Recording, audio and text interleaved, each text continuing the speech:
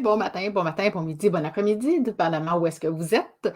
Je suis vraiment contente d'être là aujourd'hui, pour mon autre live. J'ai décidé de faire ça à 11 heures. Je trouvais que c'était une belle heure pour moi. Puis en même temps, ben, je pense que c'est une bonne heure aussi pour, les gens qui sont en Europe. Donc, aujourd'hui, comme vous avez pu voir, j'ai marqué «On parle de mort». Écoutez, j'avais quelque chose à vous raconter par rapport à ça. Puis vous savez, comme on dit, tout est dans tout, puis il y a rien qui arrive pour rien dans la vie. C'est, vraiment quelque chose de fascinant. Hem, Premièrement, ben, regardez, j'ai fait mes petites bannières, fait que j'ai fait mes petites bannières. Puis je les utilisais là aujourd'hui. Je me suis un petit peu plus préparée dans le sens que j'ai fait des petites bannières pour pouvoir venir afficher ça, là, tant qu'à faire. Hier, j'y avais pas pensé. Mais là, aujourd'hui, je me suis dit: «Tiens, pourquoi pas? Je vais faire ça». Fait que regardez bien ça. Hein? Seigneur, j'ai peur de la mort. Et vous? Hein? On part fort là, à midi, un matin. Fait que, ouais, c'est ça. Donc, moi, j'ai, depuis aussi loin que je me rappelle, là, vous allez voir, je vais faire un beau lien avec le podcast là, pour le plaisir de partir au temps des anciens Égyptiens. Écoutez, un lien hallucinant, vous ne croirez pas à ça.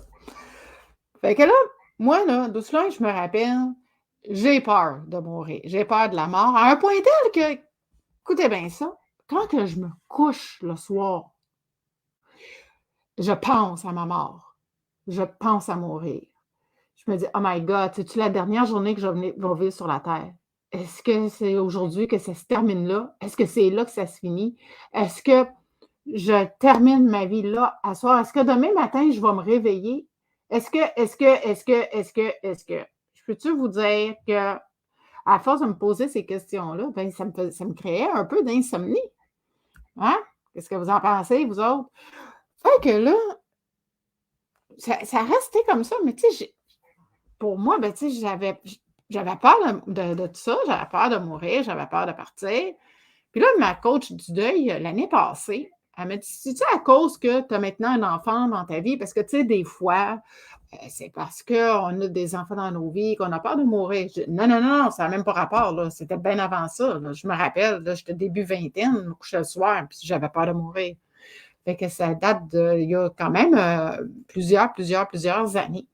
C'est au-delà de 20 ans, là, cette peur-là qui est là. Fait qu'il a fallu venir comme déconstruire cette peur-là, puis changer ma pensée limitante en une autre pensée un petit peu plus positive pour ne plus avoir peur de mourir. En tout cas, avoir moins peur de mourir. Qu'est-ce que vous en pensez? Fait que là, on va enlever ça. Puis, dans le fond, j'ai, l'année passée, j'ai décidé, ma coach du deuil, elle me dit: «Bon, y a-t-il un sujet sur lequel que tu aimerais ça jaser?» Et là, à un moment donné, je me suis dit: «Ouais, ben, tu sais, justement, j'ai ça, moi, cette peur-là de mourir, qu'elle est là à tous les soirs, hein, je n'ai jamais parlé, je pense». Elle dit: «Ben non», elle dit: «Ça fait, plus qu'1 an qu'on se voit et tu n'en as jamais parlé de ça». Je dis: «Ah, ben, ça serait temps qu'on en jase». Parce que j'ai dit: «À tous les soirs que le bon Dieu y amène, je pense à ma mort. Je pense à ma peur de mourir. Je pense que je vais partir». Puis, j'ai dit: «Faudrait peut-être que je l'enlève cette crainte-là, parce qu'à un moment donné, ça devient fatigant». Qu'est-ce que vous en pensez, vous autres, hein? C'est-tu pas fatigant toujours de penser à ça? Mais en plus, ça m'empêchait de dormir. Mais là, tu sais, comme on dit, dans la vie, il y a rien qui arrive pour rien. Et puis, il y a toujours quelque chose qui arrive pour quelque chose. Il y a toujours des raisons pour tout. Fait que il est là mon petit lien avec, mon fameux podcast. Pendant que je fais mes séances avec, ma coach de deuil, je suis en train de lire sur, les anciens Égyptiens, justement, sur, les pyramides, sur, les pharaons et tout ce qui a rapport là, à ce que je pourrais prendre comme information pour venir jaser dans ce podcast-là que j'ai monté pour vous. Comme je vous dis, c'est un travail de longue haleine que j'ai fait. Fait que là, j'étais en train de lire un livre, puis là, c'est la grande encyclopédie de l'histoire de l'Égypte. Je l'ai ici, là, je vais vous le montrer. C'est un gros livre. Okay? Voilà. Ça, c'est ça le livre que je l'ai lu, hein, quand même. Puis là, je ne l'ai pas lu au complet. Là. Non, je ne l'ai pas lu au complet, mais je l'ai lu quand même une partie pour pouvoir venir bien illustrer, là, puis bien voir leur monde dans ce temps-là, comment ils vivaient et tout ça.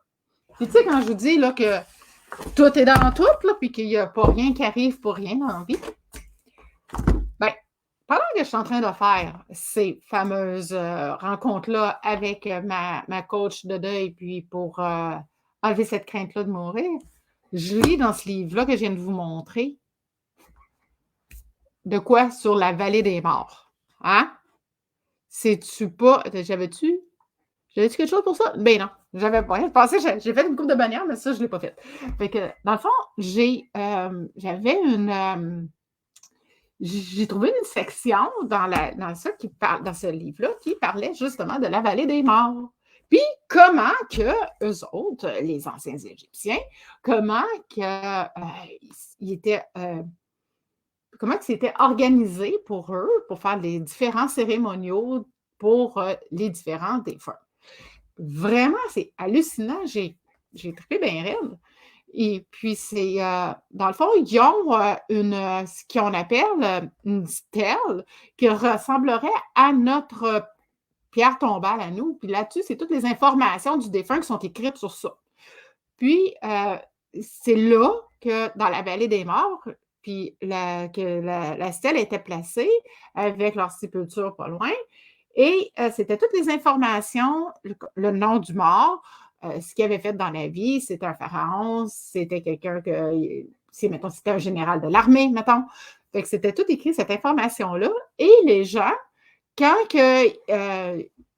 ils voulaient, ben, ils pouvaient aller voir leurs gens décédés à cet endroit-là, dans la vallée des morts, pour pouvoir aller s'y recueillir, pour pouvoir les voir, puis pouvoir voir comment que ça se...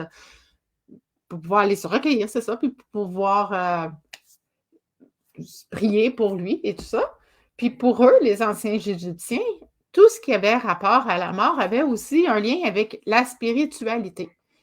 Et fait que c'est ça un peu, quand j'ai lu ça, ça m'a comme un petit peu, je pourrais dire, réconcilié avec le fait de partir et de mourir.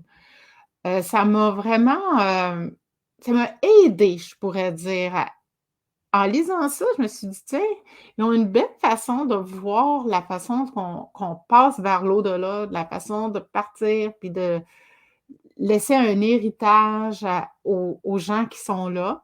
Mais aussi, pour eux, c'était important de bien partir parce qu'ils croyaient très fortement que si, pour leur âme, pour qu'elle parte de l'autre côté, il fallait être bien, fallait qu'ils soient bien organisés dans leur tombe pour pouvoir passer dans l'autre côté. C'est vraiment capoté. Moi, là, quand j'ai découvert ça, ben, c'est ça, je crois l'avoir déjà lu avant, mais là, c'est comme venu plus me parler parce que, dans le fond, quand ça est venu me parler parce que là, c'était vraiment quelque chose là, qui arrivait pour vrai, puis que j'avais vraiment peur oui, c'est ça, j'ai vraiment peur, mais je travaillais là-dessus, je travaillais sur cette crainte-là de partir, je travaillais sur cette crainte-là de mourir, puis je tombe par pur hasard sur ça.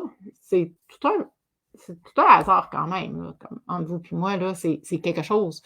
Fait que c'est ça. Et puis, dans le fond, j'essayais de voir si j'avais d'autres choses à vous dire pour aujourd'hui.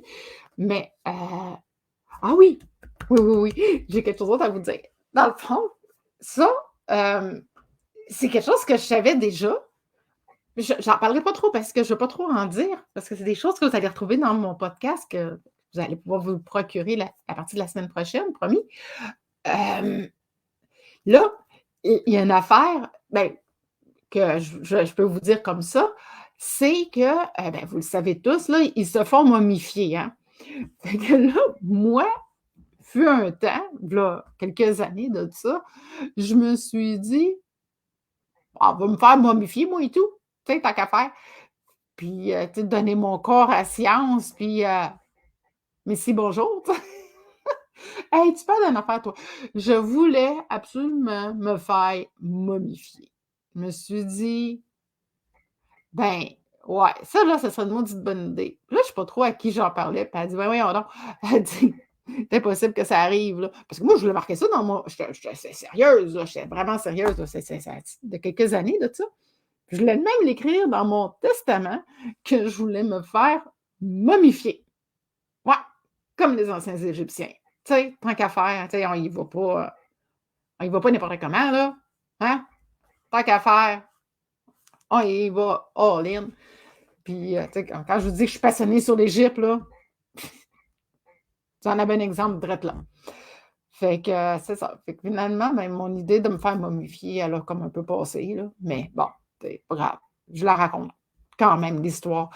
Puis, ben, pour en savoir plus sur la momification et les anciens Égyptiens et comment ils font leur momification, ben, il va falloir que vous vous procurez mon podcast pour le plaisir de partir au temps des anciens Égyptiens. Comme je vous dis, ça va être à partir de la semaine prochaine que je vais le mettre disponible pour vous et je vais vous dire demain comment que vous allez pouvoir vous le procurer.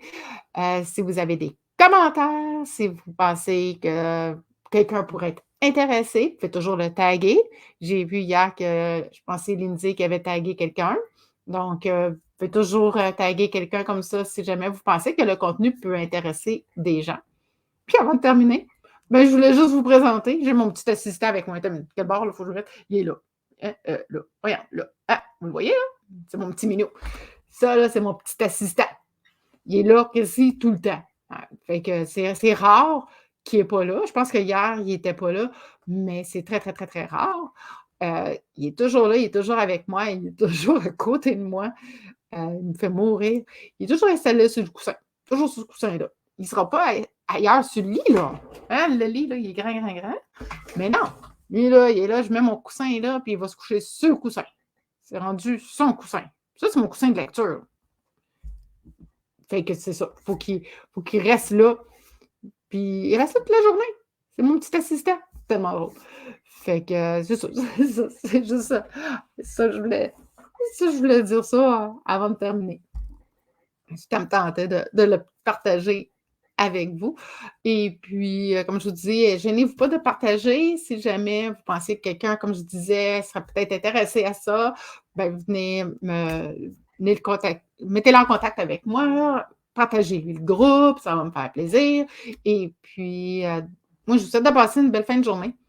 Et puis, on se reparle plus tard et on se dit à demain pour mon prochain live. Puis je vais être là demain encore à 11h. Je devrais être là vers 11h environ aussi. Demain, c'est correct encore. Donc, portez-vous bien d'ici là. N'hésitez pas de commenter. Bonne journée!